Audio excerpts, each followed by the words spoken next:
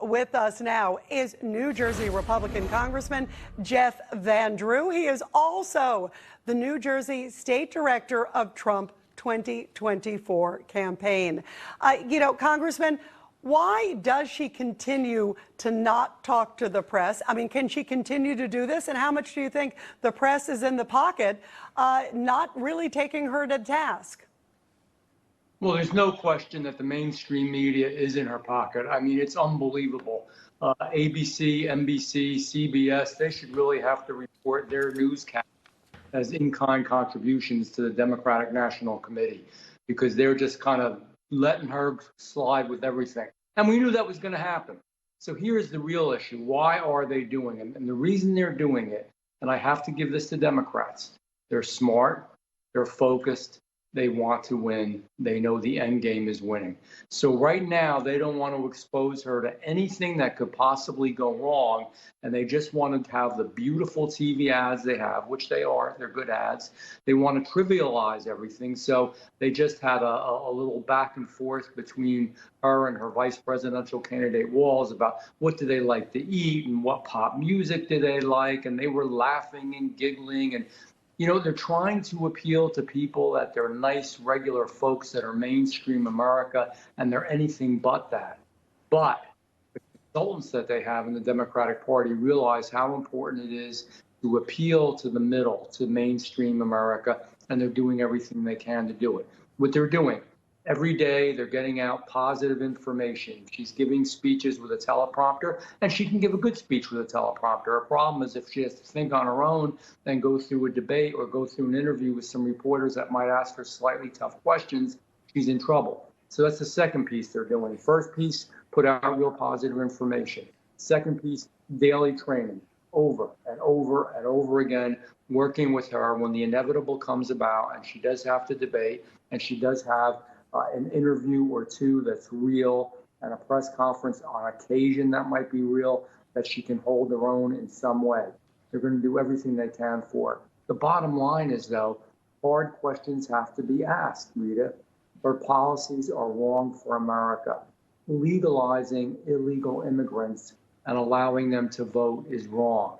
Subsidizing illegal immigrants with everything from cell phones to housing to transportation to education is wrong. These are things that she stands for.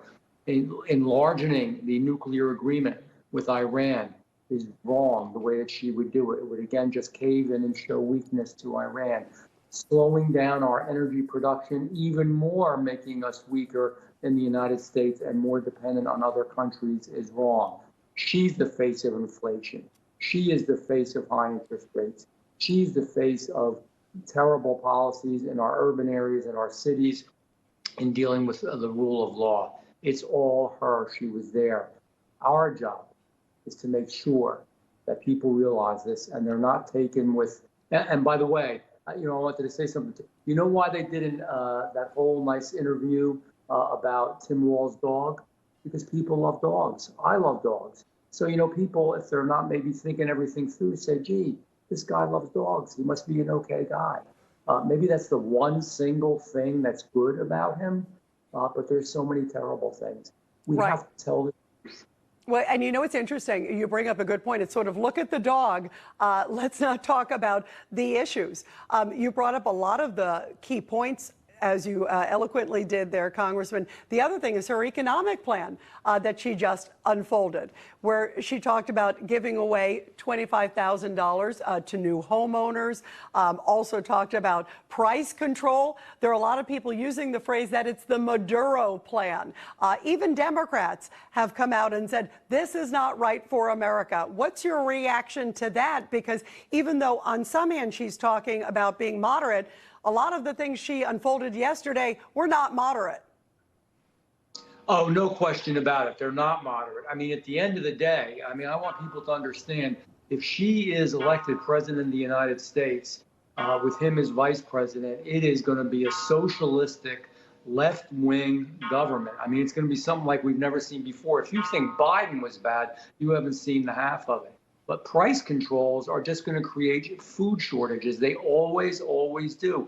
Why do we emulate things that don't work around the world? You know, it seems like the Democrats want to emulate those countries that aren't doing well. We're the shining city on the hill. We're the leader. We're the best country in the world. Let's, revel in that, and let's really move that forward. But instead, they want to do things that don't work and actually hurt the middle class working people. So if you want to see food shortages and ultimately even higher prices once those price controls are lifted, and you want to see all other kinds of problems, then you should vote for her. If you think maybe we should just have better policies and really get this economy going again, produce energy again, export energy again, and everything else around it, then you should vote for Donald Trump. This is not a popularity contest, but they're trying to make it that.